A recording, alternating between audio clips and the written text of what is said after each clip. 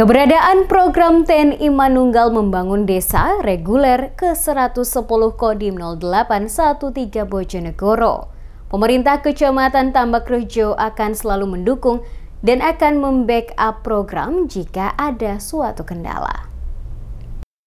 Program sasaran fisik dan non-fisik yang direncanakan dan akan dilaksanakan pada program TNI Manunggal Membangun Desa reguler ke-110 Kodim 0813 Bojonegoro akan menyasar di dua desa, yaitu Ngerancang dan Jatimulyo. M. Koharudin, Sekretaris Kecamatan Tambakrejo berharap keberadaan program TMMD ini semua pihak yang terkait sehat selalu dan bersemangat sehingga kegiatan dapat berjalan lancar dan sukses nantinya.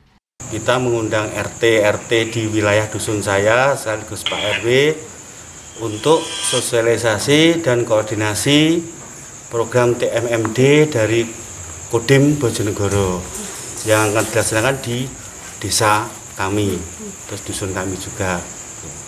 Persiapannya jenengan sebagai Pak Duko? Persiapan kami ada beberapa rumah yang tidak layak huni, nanti ada program RTLH, rehab rumah tidak layak huni.